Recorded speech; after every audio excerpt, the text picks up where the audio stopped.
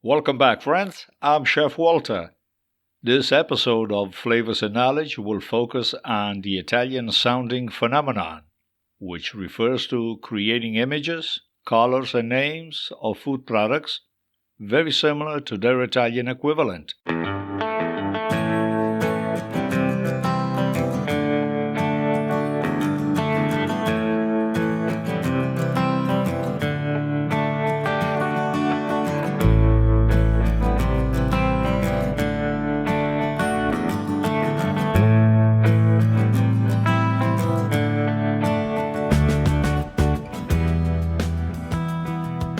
And so, what is the Italian sounding? Well, first let's analyze some numbers here. The Made in Italy brand is a merchandise mark indicating that a product is all planned, manufactured, and packed in Italy, including the design, fashion, food, manufacturing, craftsmanship, and engineering industries. In the past several years, the brand is recording a turnover loss of 7 million euros every hour. These numbers are shocking to say the least, all caused by what is referred to as the Italian fake. This is not a fake news, trust me, and you can investigate it for yourself. These imitations have no connection to the Italian originals, but have been made to look and sound like. They certainly don't have the same made in Italy excellence, and they have no link to Italy's tradition and culture. Yet, they are raking in millions every hour using the made in Italy imitation. If we just think on a product called Parmesan, well, the answer is that it has nothing to do with the real Parmigiano Reggiano, produced only in a specific area of Italy and with specific milk and strict procedures. About 50% of everything Italian being sold is actually an imitation, according to statistics collected in the European Union Data Agency. Obviously, we are talking about a widespread phenomenon that everybody seems to know about. You might not be familiar with the term Italian sounding. Most of you have probably purchased these imitations, which are costing the industry 48 billion euros, much more than what the food industry loses to food piracy. These numbers show that these fake products are a major threat to the Made in Italy brand. Companies involved with these Italian-sounding products take advantage of the gray areas in the counterfeit laws. While food piracy is illegal, it is not against the law to create a product that sounds and looks like a Made in Italy product. What this means is that there are no legal grounds for discontinue the production of such products which are using the Made in Italy Association to make a profit.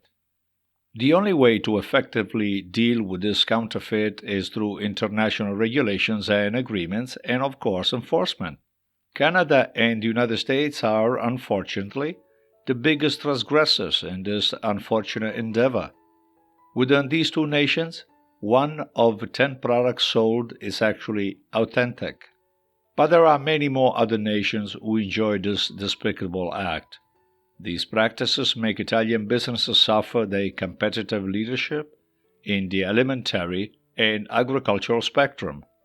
Products such as olive oil, wine, cheese, tomato sauce, balsamic are the best known examples, including the Parmigiano Reggiano and the Grana Padano, which are 2 of the most copied food products in the world.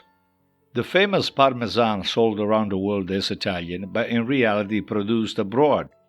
This then takes different names depending on the country where it was made. If you are in UAE or in the UK, it's called Parmesan. In Brazil, it is called Parmesao. It becomes Reggianito in Argentina and Parmesello in Belgium. It's just mind-boggling the confusion that has been created.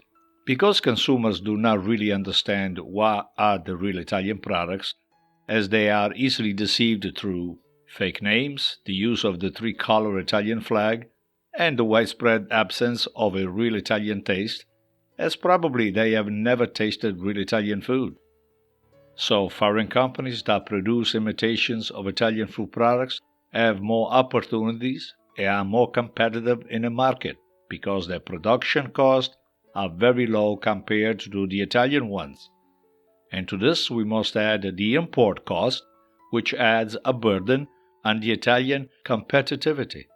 It is evident that foreign companies that imitate Italian products are the winners, while Italian producers such as farmers, manufacturing companies, and foreign consumers are the losers.